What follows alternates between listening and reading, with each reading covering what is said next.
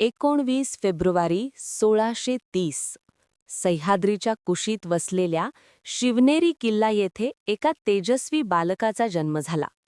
त्या बालकाचं नाव होतं छत्रपती शिवाजी महाराज. आई राजमाता जिजाबाई यांनी लहानपणापासून रामायण महाभारताच्या कथा सांगून त्यांच्या मनात स्वराज्याची बीज पेरली. वडील शहाजी महाराज हे पराक्रमी सरदार होते. लहान वयातच शिवरायांनी ठरवलं आपलं स्वतःचं स्वराज्य उभं करायचं.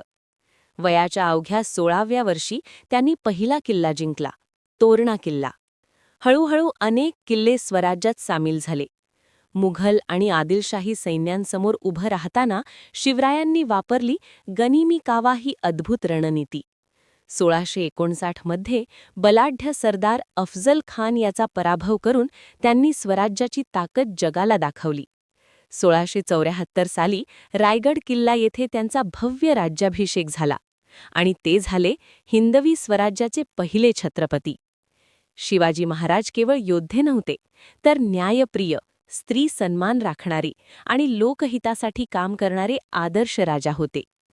3 एप्रिल 1680 रोजी ते देहत्याग करून गेले.